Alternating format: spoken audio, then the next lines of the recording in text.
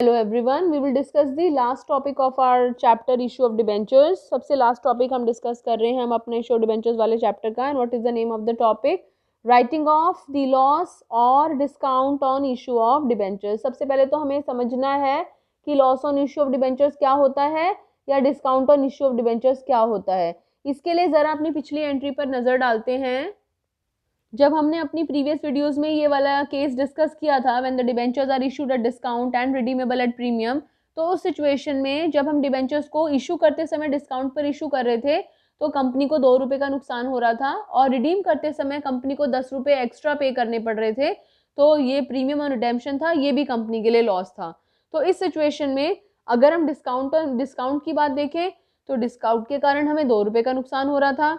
अगर हम redeemable at premium की बात देखें तो रिडेम्पशन के कारण, प्रीमियम पर रिडेम्पशन के कारण हमें 10 रुपये का नुकसान हो रहा था और टोटल कंपनी को 12 रुपये का लॉस हो रहा था. ये जो लॉस है 12 रुपये का, इसको हम in totality loss on issue of debentures के नाम से भी जान सकते हैं. क्यों हो रहा था ये लॉस? क्योंकि हमने डिबेंचर्स इशू किए थे. डिबेंचर्स हमारी ऋण पूंजी का हिस्सा है और पूंजी के कारण होने वाले नुकसान को हम पूंजीगत व्यय या पूंजीगत हानि के नाम से जानते हैं या कैपिटल लॉस के नाम से जानते हैं. सो दिस डिस्काउंट या loss on issue of debentures एक तरह का कैपिटल लॉस होता है, पूंजीगत हानि होती है. अब इस पूंजीगत हानि को हम कैसे राइट ऑफ करते हैं, कैसे अपने प्रॉफिट एंड लॉस अकाउंट में शो करते हैं? हम बेटा इसे उसी वर्ष में राइट ऑफ करते हैं जिस वर्ष में हमने इसे इनकर किया है या जिस वर्ष में ये हमें एक्सपेंडिचर हुआ है. अगर हमने 2019 में डिबेंचर्स को इशू किया है, डिबेंचर्स को अलॉट किया है, तो हमें 2019 के अंत तक ही ये डिबेंचर्स का जो इंटरेस्ट है या फिर डिस्काउंट या लॉस या डिस्काउंट है, इसको राइट ऑफ करना पड़ेगा. यानी कि जिस वर्ष में डिबेंचर्स को अलॉट किया गया है उसी वर्ष में हमें उस लॉस को राइट ऑफ करना पड़ता है. नाउ इस लॉस को राइट ऑफ करने के लिए, इस नुकसान को राइट ऑफ करने के लिए हम किस चीज का इस्तेमाल कर सकते हैं? देखिए, किसी भी लॉस के लिए हम प्रॉफिट का इस्तेमाल करते हैं, अपने रिजर्व्स का इस्तेमाल करते हैं. एक बार याद कीजिए, हमने अपनी पिछली वीडियोस में डिस्कस किया था कि सिक्योरिटीज प्रीमियम रिजर्व जो होता है उसका इस्तेमाल कहाँ कहाँ होता है. तो उसमें बेटा एक पॉइंट लिखा हुआ है for writing off the loss और discount on issue of debentures. तो अगर हम डिस्काउंट या loss on issue of debentures को राइट ऑफ करने के लिए सिक्योरिटीज प्रीमियम रिजर्व का इस्तेमाल कर सकते हैं और ये एक ऐसा रिजर्व है जिसका इस्तेमाल केवल और केवल कुछ विशेष परिस्थितियों के लिए ही किया जा सकता है. अगर आपको सिक्योरिटीज प्रीमियम रिजर्व के यूजेस याद नहीं है तो दोबारा जाके उस वीडियो को देखो और चेक करो कि सिक्योरिटीज प्रीमियम रिजर्व के क्या यूज हैं. गिनती के 5 पॉइंट्स हैं, केवल उन्हीं 5 यूजेस के लिए हम इसको यूज कर सकते हैं. तो इसलिए अगर हमें लॉस को राइट ऑफ करना है तो उसको राइट ऑफ करने के लिए सबसे पहले हम सिक्योरिटीज प्रीमियम रिजर्व का इस्तेमाल करेंगे. अब देखिए, P&L जो प्रॉफिट है उसका इस्तेमाल तो किसी भी तरह के खर्चे के लिए किया जा सकता है. ये तो फ्री रिजर्व है, किसी भी तरह के एक्सपेंस के लिए, किसी भी तरह के लॉस के लिए हम इसे यूज कर सकते हैं. तो अगर हमारा सिक्योरिटीज प्रीमियम रिजर्व खत्म हो जाता है या हमारा सिक्योरिटीज प्रीमियम रिजर्व कम पड़ता है, तभी हम स्टेटमेंट ऑफ P&L का इस्तेमाल करेंगे. तो कोई अगर हमसे पूछता है कि लॉस को राइट ऑफ करने के लिए, loss on issue of debentures को राइट ऑफ करने के लिए सबसे पहले हम किस चीज का इस्तेमाल करेंगे? सिक्योरिटीज प्रीमियम रिजर्व का. और उसके बाद में हम किस चीज का इस्तेमाल करेंगे? स्टेटमेंट ऑफ P&L का. इसे नोट कर लो, बहुत इंपॉर्टेंट है. 1 नंबर का ऑब्जेक्टिव टाइप क्वेश्चन भी हमसे पूछा जा सकता है. आगे, now what will be the journal entry for writing off the loss और discount on issue of debentures. क्या जर्नल एंट्री करेंगे हम उसको राइट ऑफ करने के लिए? वो नोट कर सकते हैं, securities premium reserve account debit. अगर हम सिक्योरिटीज प्रीमियम रिजर्व में से यूज कर रहे हैं, लेकिन अगर सिक्योरिटीज प्रीमियम रिजर्व नहीं है हमारे पास में, तब हम क्या यूज करेंगे?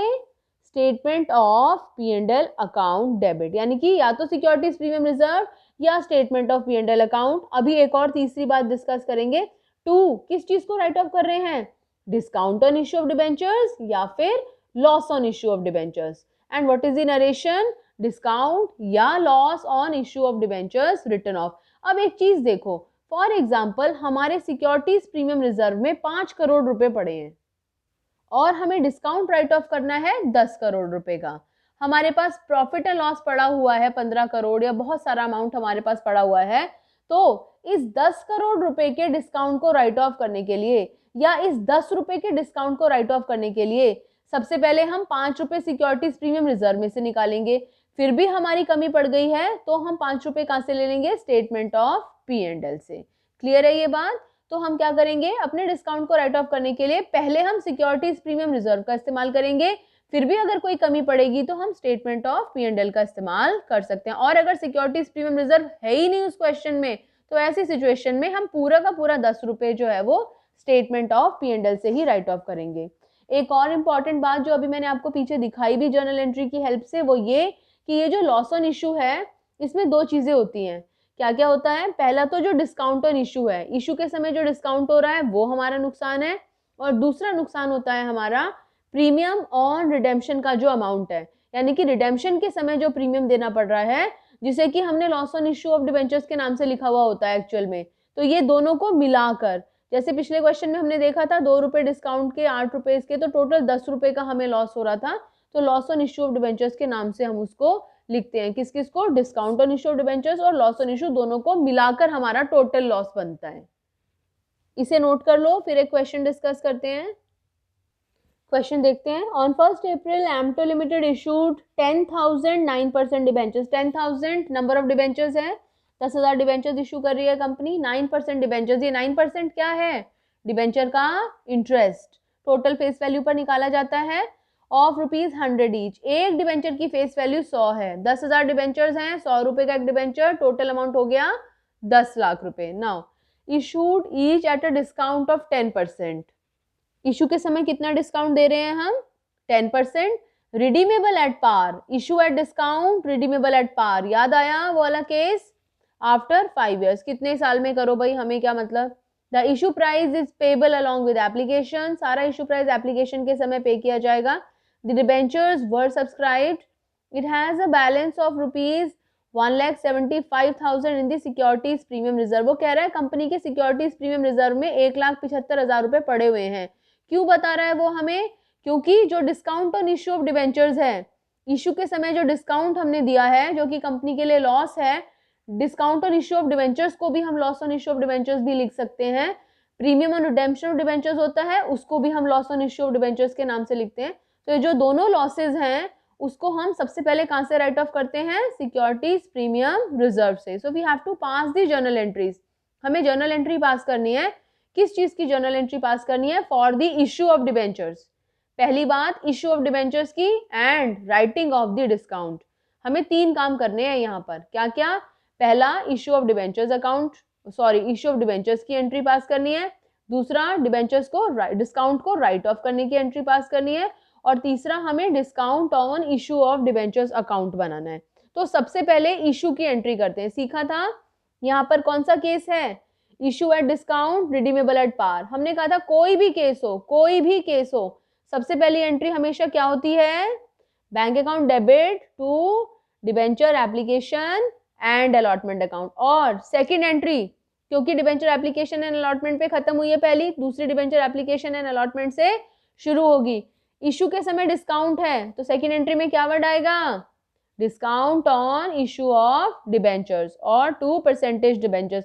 अभी हम देखते हैं यहाँ पर हमें क्या करना है। सबसे पहले फॉर्मेट बना लीजिए। In the books of Empto limited, date, particulars, LF, amount debit, amount credit. First entry, कोई सा भी केस हो, कोई सा भी केस हो, अगर डिबेंचर्स को इशू करने के लिए बोल रहे हैं, what is the first entry? Bank account debit to debenture application and allotment. जितना रिसीव किया, कंपनी कितने डिबेंचर्स इशू करने के बारे में सोच रही है? क्वेश्चन देखो दोबारा।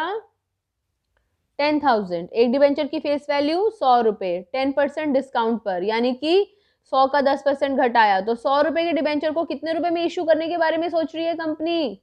90 रुपीज। तो 10,000 डिबेंचर्स पर कंपनी को कितने रुपए रिसीव हुए होंगे? 10,000 मल्टीप्लाइड बाय 90, कितना अमाउंट आ जाएगा?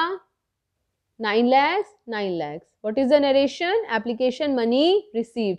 Now डिस्काउंट पर इशू किया है, तो सेकंड एंट्री में क्या आना चाहिए? Discount on issue of debentures. पहली entry debenture application and allotment पर खत्म, तो दूसरी entry debenture application and allotment से शुरू।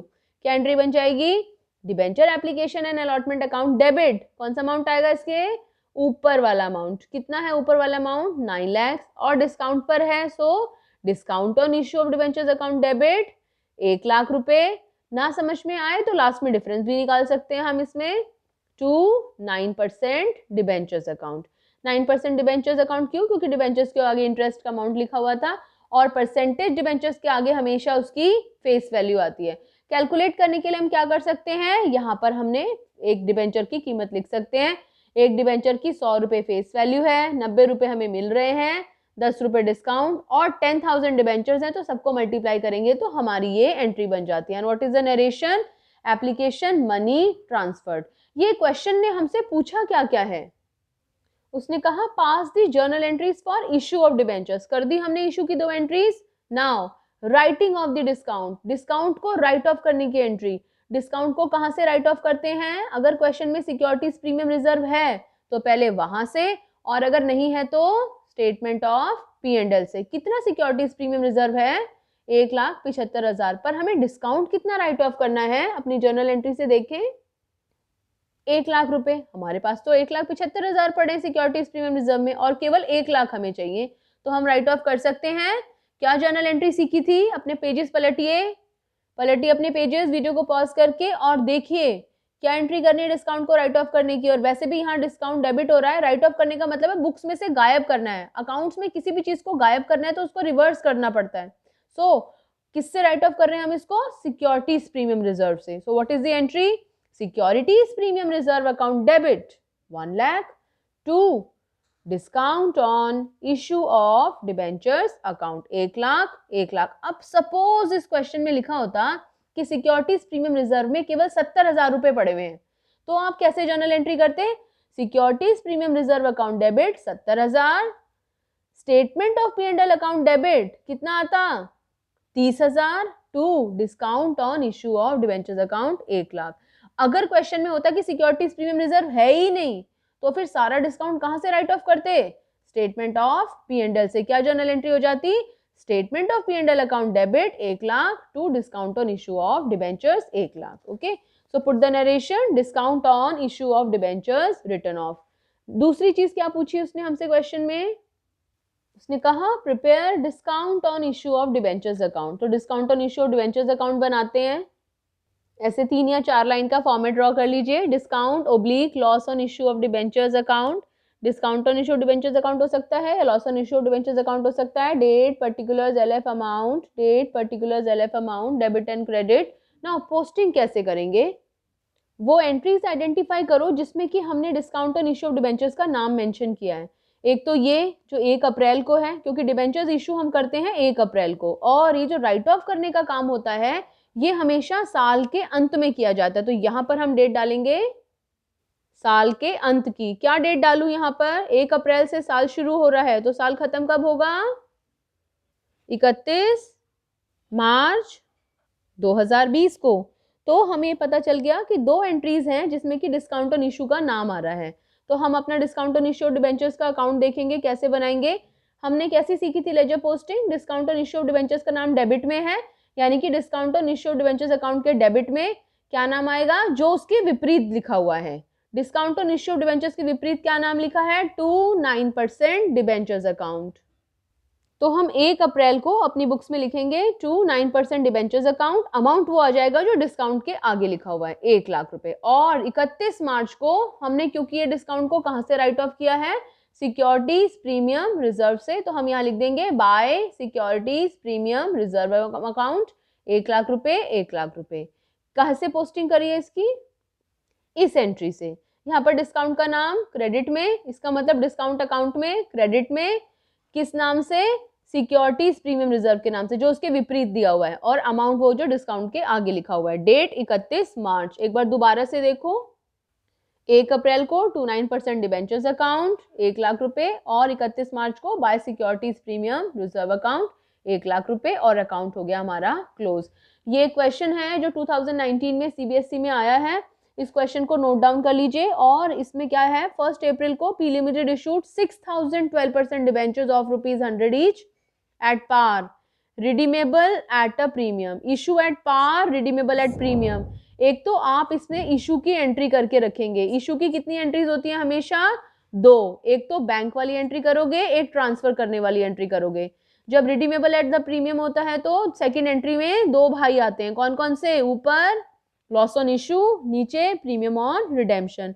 And the debentures are redeemed at the end of third year, prepare the loss on issue of debentures account. वो कह रहा है loss on issue of debentures account बनाओ, और यहाँ पर वो ये नहीं बता रहा कहाँ से डिस्काउंट या लॉस को राइट ऑफ करोगे।